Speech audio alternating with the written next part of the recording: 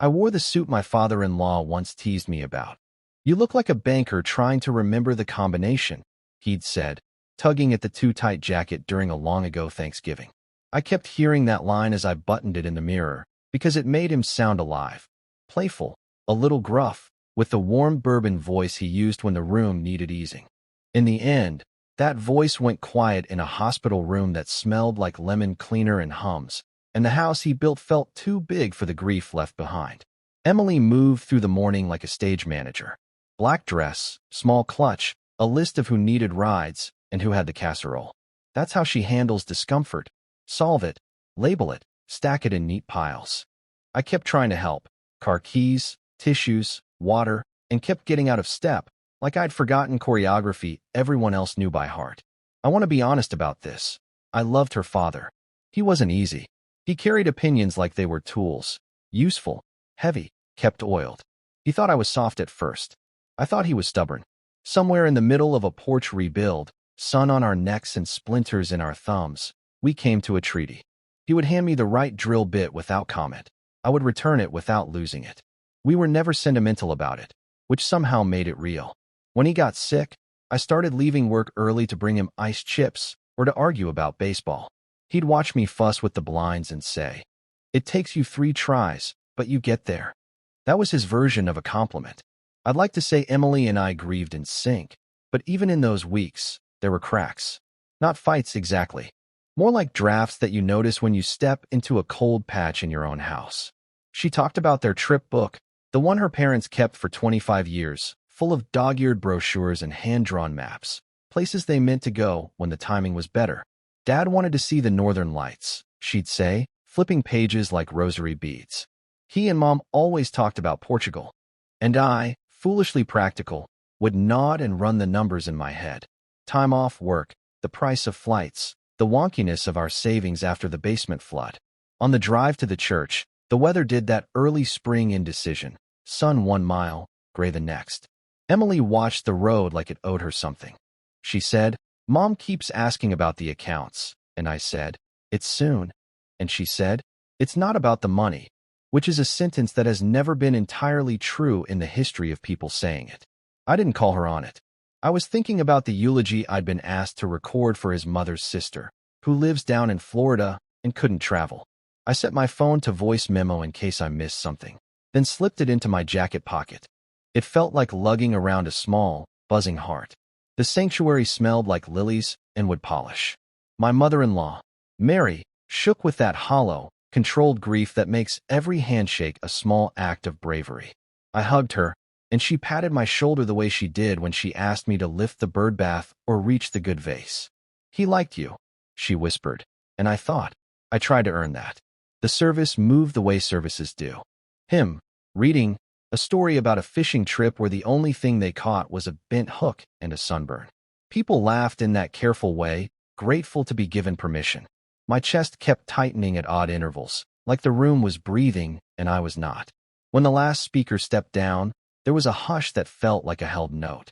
Emily leaned into me, her hair brushing my collar. The pianist shifted pages. In that thin, private pocket of sound, she whispered into the shadow between us. I wasn't ready for it. It wasn't even a full sentence, more like a release valve clicking open. "Now we can travel with the inheritance," she murmured. If I tell you I didn't move, that's only technically true.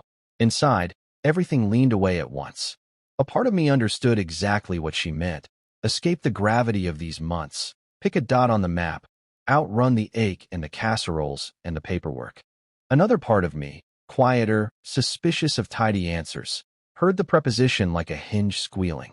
With, not from the inheritance. With it. As if the money were a carry-on bag, not a footprint. I don't want to paint her as cruel. She looked pale and wrung out, cheeks sallow from crying. Her fingers were cold where they tucked into my palm. I've said careless things in moments I didn't recognize as sacred until later. I've also wanted, more than once, for life to add up cleanly when it clearly did not. Maybe she meant it that way. Maybe she didn't. Grief makes translators of us all, and not very good ones. But the phone in my pocket was still recording. I felt its warmth against my chest. The red line was crawling forward, catching the breath of the room, the scrape of a pew, the cough of a cousin, and that sentence, folded into all of it like a thread pulled tight. I thought about stopping it. My fingers even drifted toward the button. Then Mary reached for Emily's hand, and I let my arm fall, and the memo kept on, indifferent and exact. After the benediction, people rose in a soft, coordinated rustle. Someone pressed a program into my hand with a circle around the psalm. Emily's brother bumped my shoulder and thanked me for the rides. In small towns, grief is a community skill. It has choreography and casseroles and the unspoken agreement that we will all carry this thing together until it feels lighter. I stood in that current and felt outside it, as if there were glass between me and everyone else. When we filed out into the pale afternoon, the bell tolled once, then again. I looked at the sky as if it might offer a translation. My pocket buzzed a little, done with its work. I didn't check it. I didn't say anything. I held the door for the next person and walked the slow steps to the car, the sentence, and the warmth of the recording, pressed against my heart like a brand I hadn't earned and couldn't explain. The wake was at Mary's house, the same split level I'd visited 100 times, though it felt smaller with 30 people crammed inside. Every surface seemed to hold a plate, a cup, or a hand resting in sympathy. The voices were soft but constant, like rain in the distance. Emily drifted between clusters of relatives. Wearing that hosting smile she could slip on like a glove. I stayed near the kitchen doorway, letting the ebb and flow of people pass me like a tide. My phone was still in my jacket pocket, the memo file sleeping inside it. I hadn't decided what, if anything, I would do with it. It felt wrong to even think about replaying it, like pulling back the curtain at a time you're supposed to keep your eyes forward. Still, I couldn't stop hearing those 7 words. They had already become their own rhythm, like a clock in the back of my head. When I finally found a quiet corner near the hall closet, I slipped the phone out and glanced at the screen. The waveform was there, tiny ridges and valleys marking the sounds of the service. I tapped play just for a second, my voice clearing my throat, the shuffle of fabric, and then hers, barely audible but unmistakable. Now we can travel with the inheritance. I stopped it. My thumb hovered over the delete icon, but I didn't press it. Not yet. Mary caught me a few minutes later. "Can you help me with the tea?" she asked, her voice stretched thin from too many thank yous. I followed her into the kitchen.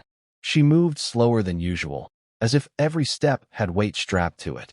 "She's taking it hard," Mary said quietly, nodding toward the living room where Emily was laughing at something her cousin said.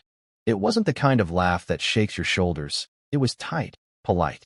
I'd heard enough of those to know the difference. "She always finds a way to keep going," I replied.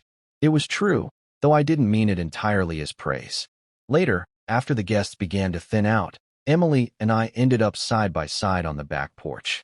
The air smelled like wet soil, and the neighbor's wind chime carried a lazy tune. "Thanks for being here today," she said, not looking at me. "It means a lot to Mom." I nodded. It meant a lot to me too, and it did. But I didn't say what else was on my mind, that it felt like we were sitting in 2 different stories, hers moving forward towards something shiny, mine circling the same raw spot. When we drove home that night, the car was mostly quiet. Streetlights painted her face in gold stripes. "Somewhere between Maine and Willow," I asked. "When you said that thing at the service, what did you mean?" She turned her head slowly, brows knitting. "What thing?" I repeated it back to her. I could see the recognition flash across her face, followed by the faintest smile. "I just meant, maybe we could do something good with it. For once." Her tone was casual, as if that explanation should wrap it all up. But the way she said "for once" landed differently in my chest. We didn't speak for the rest of the drive. By the time we got home, my decision was made, not about us, not yet, but about the recording. I uploaded a copy to my cloud account, locked it with a password only I knew. A safeguard, proof that I wasn't imagining the shift I'd heard in her voice. That night I lay awake, listening to her breathing beside me, and wondered if grief could really reveal people, or if it simply stripped away the masks they wore when life was easy. 2 days later, the family gathered again, this time in Mary's living room for the reading of the will. The lawyer was an old friend of my father-in-law's, a man with thick glasses and a voice that carried even in a room full of hushed grief. The coffee table was stacked with manila folders, each labeled with a neat black pen. I sat at the edge of the couch, my phone in my pocket, aware of its weight. Emily sat beside me, her legs crossed, posture perfect, like she was in a boardroom instead of her childhood home. The will was straightforward. Mary got the house and most of the savings. Emily and her brother each got an even share of a travel fund their father had been building for decades. The amount, when the lawyer named it, wasn't small.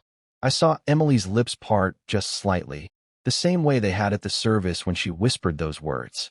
We went through the motions, handshakes, murmured thanks, promises to make the most of it. But as people began to disperse, I pulled my phone from my pocket.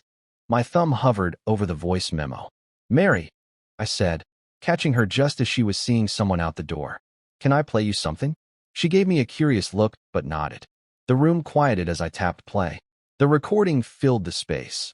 The tail end of the service, a faint hymn, then Emily's voice, clear and distinct. "Now we can travel with the inheritance." Silence. Then a shift, small but enough. Emily's brother's eyes narrowed. Mary's mouth pressed into a thin line. Emily sat frozen, her cheeks flushing in a way I hadn't seen in years. "That's not how I meant it," Emily started, her voice brittle. But no one jumped in to smooth it over. No one laughed it off. It was just there now, her words, the timing, the truth in the tone. I stood, sliding my phone back into my pocket. "I think I'll give you all some space," I said, my voice calm steady. Emily didn't reach for me. Mary didn't ask me to stay. I walked to the door, each step loosening something in my chest. Outside, the winter air cut sharp and clean. I didn't look back. I didn't need to. Some endings are loud. Slammed doors, shouted names, the sound of something breaking. Mine was just a quiet click as I pulled the door shut behind me, leaving her, the inheritance, and whatever mask she'd been wearing in that room. And for the first time in a long time, I felt light enough to travel anywhere, without her, and without a single dollar of that money.